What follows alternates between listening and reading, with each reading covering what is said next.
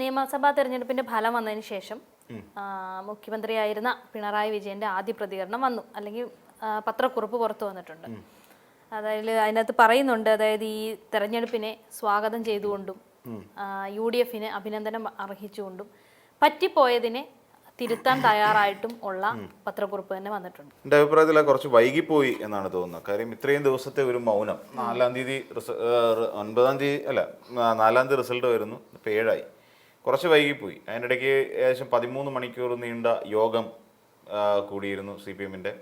അപ്പോൾ ഇതിനെല്ലാം ശേഷം പിണറായി വിജയൻ ഇങ്ങനെ ഒരു പത്രക്കുറിപ്പ്, പക്ഷേ പത്രക്കുറിപ്പിൻ്റെ സമൂലം നമ്മൾ പരിശോധിക്കുമ്പോൾ ശരിക്കും തിരുത്തപ്പെടേണ്ടത് തിരുത്തി മുന്നോട്ട് പോകും എന്നുള്ളത് പാർട്ടിയിൽ പിണറായി വിജയൻ പറയുമ്പോൾ ശരിയാണ്. അങ്ങനെ ഒരു മാറ്റം അനിവാര്യമാണ് എന്ന് തന്നെയാണ് നേതൃത്വവും ചിന്തിക്കുന്നതെന്ന് തോന്നുന്നു. കാര്യം എടുത്ത ചില തീരുമാനങ്ങളിൽ തെറ്റ് സംഭവിച്ചിട്ടുണ്ട്. തീരുമാനങ്ങൾ എന്നതിനപ്പുറത്തേക്ക് അതിനെ ഇംപ്ലിമെൻ്റ് ചെയ്യാനും ചെറിയ പിശക് പറ്റിയിട്ടുണ്ട്. എങ്കിലും പൊതുജനം കാണുന്നത് ഒരുപക്ഷെ മുഖ്യമന്ത്രി പിണറായി വിജയൻ എന്ത് ചെയ്തു എന്നുള്ളതല്ല, അല്ലെങ്കിൽ ഒരു സർക്കാർ എന്ത് ചെയ്തു കൊടുത്തു എന്നുള്ളതല്ല, ആ പിണറായി വിജയൻ എന്ന് പറയുന്ന ഒരു വ്യക്തി എന്ത് ചെയ്തു എന്നുള്ളതാണ്, ഒരു പാർട്ടി നേതാവ് എന്താണ് ചെയ്തത് എന്നാണ്. അപ്പോൾ അങ്ങനെ ചിന്തിക്കുമ്പോൾ പിണറായി വിജയൻ്റെ ധാർഷ്ട്യം അതേപടി തന്നെ ഏറ്റവും ഒടുവിൽ പോലും, അതായത് ഈ പറയുന്ന തെരഞ്ഞെടുപ്പ് വേദിയിൽ പോലും, തെരഞ്ഞെടുപ്പിൽ പ്രസംഗിച്ചുകൊണ്ടിരിക്കുന്ന വേദിയിൽ പോലും കണ്ടിരുന്നു എന്നുള്ളതാണ് ജനങ്ങളെ ഏറ്റവും കൂടുതൽ ബുദ്ധിമുട്ടിച്ചത്. അതിലേറ്റവും പ്രധാനം അങ്ങ് വീട്ടിൽ പോയി ചോദിച്ചാൽ മതി എന്ന് പറയുന്ന ഒരു പ്രയോഗമുണ്ടായിരുന്നു. അദ്ദേഹം മൈക്കിനോട് കാണിക്കുന്ന ദേഷ്യം ഉണ്ടായിരുന്നു. അങ്ങനെ ഒരു തരത്തിൽ പറഞ്ഞാൽ അദ്ദേഹം പിന്നീട് ഈ പറയുന്ന വ്യക്തി എന്നുള്ള നിലയിൽ അദ്ദേഹം ചെയ്തതെല്ലാം അദ്ദേഹത്തിൻ്റെ ഒരു മുഖ്യമന്ത്രി എന്നുള്ള നിലയിൽ എല്ലാവരും പരിഗണിച്ചു എന്നുള്ളതാണ്. അദ്ദേഹത്തിൻ്റെ വ്യക്തിത്വമാണ്. അദ്ദേഹം പെട്ടെന്ന് ചൂടാകുക, പെട്ടെന്ന് ദേഷ്യം വരിക. പക്ഷെ ഒരു മുഖ്യമന്ത്രി എന്നുള്ള നിലയിലും അത് അങ്ങനെയാണെന്ന് കരുതി. പക്ഷേ നമ്മൾ ആലോചിക്കുക, 64 ലക്ഷത്തോളം വരുന്ന ആളുകൾക്ക് ക്ഷേമ പെൻഷൻ കയ്യിലേക്ക് എത്തിച്ചു കൊടുത്ത ഒരു സർക്കാരാണ്. അപ്പോൾ ചോദിക്കും, ഇത് കുടുംബത്തിൽ നിന്ന് എടുത്തുകൊണ്ട് കൊടുക്കുന്നതാണോ? അല്ല, സംസ്ഥാന സർക്കാരിൻ്റെ ഖജനാവിൽ നിന്ന് എടുത്ത് കൊടുക്കുന്ന തുകയാണ് അത്. പക്ഷേ എന്തുകൊണ്ട് മറ്റ് സർക്കാരുകൾ കൊടുത്തിട്ടില്ല എന്നുള്ള കാര്യം നമ്മൾ ആലോചിക്കണം. ഒരു 600 രൂപ പോലും കൊടുത്തിട്ടില്ലാത്തടത്താണ് 1600 അവരുടെ എല്ലാവരുടെയും അക്കൗണ്ടിലേക്ക് എത്തിച്ചുകൊണ്ടിരിക്കുന്ന ഒരു സർക്കാർ ഉണ്ടാകുന്നത്. അതോടൊപ്പം അങ്ങനെ നിരവധി ക്ഷേമ പ്രവർത്തനങ്ങൾ. അതുകൊണ്ടാണ് പറയുന്നത്, ഇപ്പം ഈ നവകേരള നിർമ്മിതിക്ക് വേണ്ടിയിട്ട് എടുക്കുന്ന ഏത് ഇനിഷ്യേറ്റീവിനും, അതായത് ഇപ്പം നമ്മുടെ ഈ പുതിയ സർക്കാർ UDF സർക്കാർ അധികാരത്തിൽ കയറുമ്പോൾ അതിന് ജനോപകാരപ്രദമായി എടുക്കുന്ന എന്ത് തീരുമാനത്തിനും ഒരു നല്ല പ്രതിപക്ഷം എന്നുള്ള നിലയിൽ തന്നെ ഒപ്പമുണ്ടാകുമെന്ന് അദ്ദേഹം പറയുന്നുണ്ട്.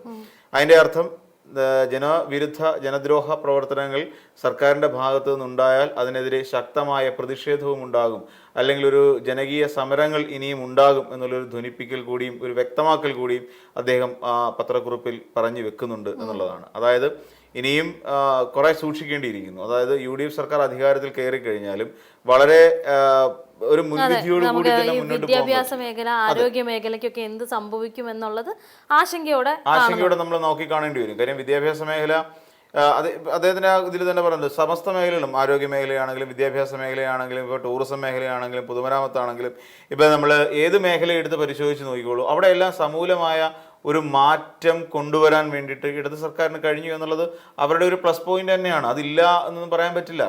പിന്നെ ജനവിധി നോക്കൂ, ഇപ്പം നമ്മൾ കാണേണ്ടത് വയനാട് പോലെ ഒരു നാട്ടിൽ ടൗൺഷിപ്പ് എന്ന് പറയുന്ന ഒരു വലിയ സംഭവം അവിടെ ഒരുങ്ങി. പക്ഷേ എന്നിട്ട് പോലും കൽപ്പറ്റയിൽ നിന്ന് ടി സിദ്ദിഖ് വലിയ ഭൂരിപക്ഷത്തിൽ പോയി. ആ ജില്ല തന്നെ ക്ലീൻ സ്വീപ്പായിപ്പോയി. അതിനകത്തുള്ള 3 മണ്ഡലങ്ങളും UDF കൊണ്ടുപോയി. അപ്പോൾ എവിടെയാണ്, ആർക്കാണ് പിശക് പറ്റിയത്? ഇത് അപ്പം പറയുന്നത് മതവർഗീയവാദം എന്ന് പറയുന്ന ഒരു വലിയ പ്രതിസന്ധി ഇവിടെ ഉടലെടുത്തിരുന്നു എന്നുള്ളത് നമ്മൾ വേണേൽ കാണാം. അതൊരു പ്രതീതി സൃഷ്ടിക്കുന്ന തരത്തിലേക്ക്, അതായത് പിണറായി വിജയനും അല്ലെങ്കിൽ ഇവിടെ ഇടതുപക്ഷം ഒരു തരത്തിൽ പറഞ്ഞാൽ ഇവിടെ ഒരു ന്യൂനപക്ഷങ്ങൾക്കെതിരായി പ്രവർത്തിക്കുന്നു എന്നൊരു തോന്നലുണ്ടാക്കുക, അതായിരുന്നു ശരിക്കും ചെയ്തത്. അങ്ങനെ തോന്നലുണ്ടാക്കിക്കൊണ്ട് ഇടതുപക്ഷത്തിന് എതിരായി വോട്ടുകളെ, ന്യൂനപക്ഷ വോട്ടുകളെ ഏകോപിപ്പിക്കുവാൻ ഇടതുപക്ഷത്തിന് UDF-ന് കഴിഞ്ഞു. അത് മാധ്യമങ്ങളിൽ അടക്കം, അതും അദ്ദേഹം പരാമർശിക്കുന്നുണ്ട്, മാധ്യമങ്ങളിലൂടെ അടക്കം അതിന് വേണ്ട ഒരു വ്യാജ പ്രചരണം അഴിച്ചുവിടുന്നതിനും ഇവിടെ കഴിഞ്ഞു. അതൊക്കെ ഇടതുപക്ഷത്തിൻ്റെ പരാജയത്തിന് കാരണമായി അദ്ദേഹം വളരെ കാര്യമായി മനസ്സിലാക്കുന്നതാണ്. പക്ഷേ നേതൃത്വത്തിൻ്റെ പരാജയം ഉണ്ടോ എന്ന് ചോദിച്ചാൽ നേതൃത്വത്തിൻ്റെ പരാജയമുണ്ട്. നേതൃത്വത്തിൻ്റെ പരാജയം ഇല്ലായ്മയൊന്നും നമുക്ക് കാണുന്നില്ല. ഇപ്പോൾ നമ്മൾ നോക്കിക്കഴിഞ്ഞാൽ പല സ്ഥാനാർത്ഥികളെ നിർണയിച്ചതിൽ പോലും അതിനകത്ത് പിശക് പറ്റിയിട്ടുണ്ട്. നമ്മൾ പലപ്പോഴും ചർച്ചയിൽ വന്നതാണ്. തളിപ്പറമ്പ് നിയോജക മണ്ഡലത്തിലെ സ്ഥാനാർത്ഥി നിർണയമാണെങ്കിൽ തന്നെയും ഒട്ടുമിക്ക സ്ഥാനാർത്ഥി നിർണയങ്ങളിലും എവിടെയൊക്കെയോ ചില പിഴവുകൾ പറ്റിയിട്ടുണ്ട് എന്നുള്ളതാണ്. ഈ പറയുന്നത് ന്യൂനപക്ഷങ്ങൾക്ക് എതിരാണ് സർക്കാർ എന്ന് പറയുന്ന ഒരു സാഹചര്യം ഇവിടെ വരുത്തി തീർത്തപ്പോൾ ആ ന്യൂനപക്ഷ വിരുദ്ധത പ്രസംഗിച്ചുകൊണ്ട് ഇന്ന് ആളിനെ പറയാൻ വെള്ളാപ്പള്ളി നടേശനെ പറയാൻ കഴിഞ്ഞില്ല എന്നുള്ളതാണ് ഇടതുപക്ഷം ചെയ്ത ഏറ്റവും വലിയ തെറ്റ്. അതിൻ്റെ തിരിച്ചടി പലയിടങ്ങളിൽ നിന്ന് കിട്ടിയിട്ടുണ്ട്. ഇനിയും സത്യം പറഞ്ഞാൽ പിണറായി വിജയൻ തന്നെ പ്രതിപക്ഷത്തേക്ക് വരേണ്ടതാണ്. അപ്പം അദ്ദേഹം ഒരു മാതൃകയാകുന്ന തരത്തിലൊരു പ്രതിപക്ഷ നേതൃസ്ഥാനത്തേക്ക് വരണം. വരികയെന്ന് വെച്ച് കഴിഞ്ഞാൽ ഒരു ഫുൾ ടൈം വേണമെന്നില്ല, അദ്ദേഹത്തിന് പ്രായാധിക്യമുണ്ട്, ഒരു ആരോഗ്യ പ്രശ്നങ്ങളുമുണ്ട്. അപ്പോൾ ഒരു ഫുൾ ടൈം ഇരിക്കേണ്ടി വരില്ല. അദ്ദേഹം കുറച്ചു കാലം ആ പ്രതിപക്ഷ നേതൃസ്ഥാനത്ത് ഇരുന്നതിന് ശേഷം അതിൻ്റെ ബാറ്റൺ മറ്റാർക്കെങ്കിലും കൈമാറാം. അത് ആർക്ക് വേണമെങ്കിലും കൈമാറാം. ഇപ്പോൾ ബാലഗോപാലിനാണെങ്കിൽ ബാലഗോപാലിന്, അല്ലെ റിയാസിനാണെങ്കിൽ റിയാസിന്, അല്ല മറ്റാർക്ക് വേണമെങ്കിലും അത് കൈമാറാവുന്നതേ ഉള്ളൂ. പിന്നെ ഈ പറയുന്ന പോലെ മുഹമ്മദ് റിയാസ് എന്ന് പറയുന്ന ഒരു നേതാവിനെയും പ്രതിപക്ഷ നേതൃസ്ഥാനത്തേക്ക് കൊണ്ടുവരുമ്പോൾ അയ്യോ അത് മരുമോനിസം എന്ന് പറയുന്ന രീതിയിൽ വ്യാഖ്യാനിക്കപ്പെടരുത് എന്ന് മാത്രമാണ്. അല്ല, മരുമോനിസം പറഞ്ഞുകൊണ്ടിരുന്ന ആളിനെ കാണാനില്ല. അല്ല, എന്നാലും പറയുന്നേ ആ തരത്തിലൊരു വ്യാഖ്യാനിക്കപ്പെടും. നമ്മുടെ കേരളത്തിന്റെ അല്ലെങ്കിൽ ഒരു പൊളിറ്റിക്സിന്റെ ഒരു പ്രശ്നം അതാണ്. ഇത് പിന്നെ സ്വന്തം മോനെ കൊണ്ടുവരാം. ഇപ്പൊ ചാണ്ടിയുമ്മൻ ആരാണ് എന്ന് കോൺഗ്രസ്സുകാർക്ക് നന്നായിട്ട് അറിയാമല്ലോ.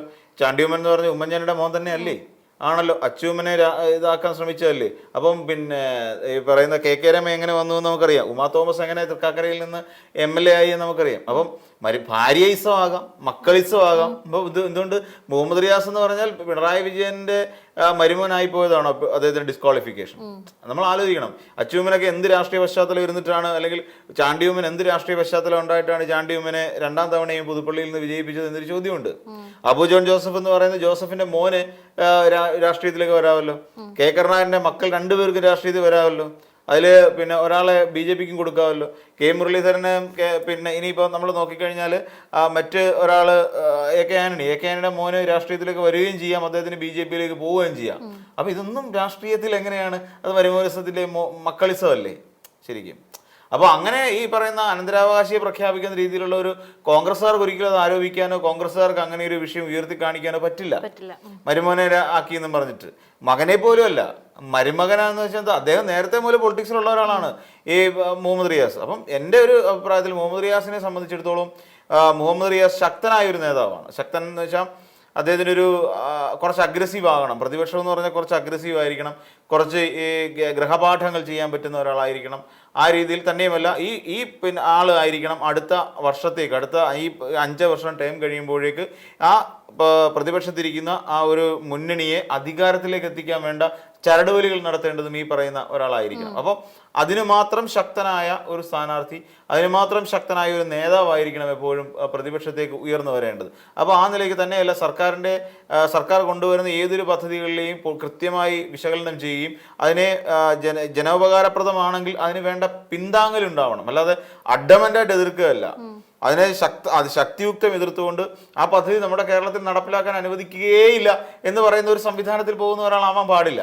കാരണം അതിനകത്ത് ജനങ്ങൾക്ക് ഗുണകരമായ കാര്യങ്ങൾ എടുത്ത് ഉയർത്തി കാണിക്കുക എന്നുള്ളത് ഏതൊരു പ്രതിപക്ഷ നേതാവിൻ്റെയും ഉത്തരവാദിത്തമാണ്. അത് നടപ്പിലാക്കിക്കോട്ടെന്നേ.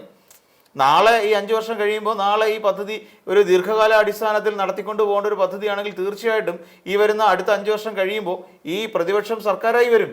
അപ്പോൾ ആ സർക്കാരായി വരുമ്പോൾ അത് ഏറ്റെടുത്ത് നടപ്പിലാക്കി വിജയിപ്പിച്ച് കാണിക്കുക എന്നുള്ളത് ആ പ്രതിപക്ഷത്തിന് ഉത്തരവാദിത്തമാണ്. പക്ഷെ നമ്മുടെ നിലവിൽ കഴിഞ്ഞ 10 വർഷം ഉണ്ടായിരുന്ന പ്രതിപക്ഷം അത്തരം പിന്നെ പറഞ്ഞ ഇതെല്ലാം മറന്നുപോയിരുന്നു എന്നുള്ളതാണ്. അവരെപ്പോഴും അധികാരത്തിന് വേണ്ടിയിട്ട് വർഗീയമായ പരാമർശങ്ങൾ നടത്തിക്കൊണ്ട് വർഗീയമായി ജനങ്ങളെ ഭിന്നിപ്പിക്കുന്ന തരത്തിലേക്കുള്ള ഒരു പുതിയൊരു സോഷ്യൽ എഞ്ചിനീയറിംഗ് നടത്തുക എന്നുള്ളതായിരുന്നു അവർ ചെയ്തുകൊണ്ടിരുന്നത്. അപ്പോൾ ആ രീതിയിലുള്ള ഒരു പ്രതിപക്ഷമാകാൻ പാടില്ല എന്നുള്ളതാണ്. അപ്പം മുഖ്യമന്ത്രി നിന്ന് വിട്ടിട്ട് പ്രതിപക്ഷ നേതൃസ്ഥാനത്തേക്ക് പിണറായി വിജയൻ വരികയും വളരെ കുറച്ചു കാലം 1-2 വർഷം ഇരുന്നിട്ട് പിന്നീട് മാറ്റം കൈമാറി പോകുന്ന ഉചിതമായൊരു പ്രവൃത്തിയായിരിക്കും. എന്തായാലും അദ്ദേഹം കുറച്ചുകൂടെ മാധ്യമങ്ങളുടെ മുന്നിൽ വന്നു നിന്നുകൊണ്ട് മാധ്യമങ്ങൾ ചോദിക്കുന്ന ചില ചോദ്യങ്ങൾക്ക് കൂടി മറുപടി പറയാൻ ബാധ്യസ്ഥ ഉണ്ടായിരുന്നു എന്നുള്ളതാണ്. അത് പത്രക്കുറിപ്പിൽ മാത്രം ഒതുക്കിയാൽ പോരായിരുന്നു എന്നാണ് എൻ്റെ ഒരു അഭിപ്രായം.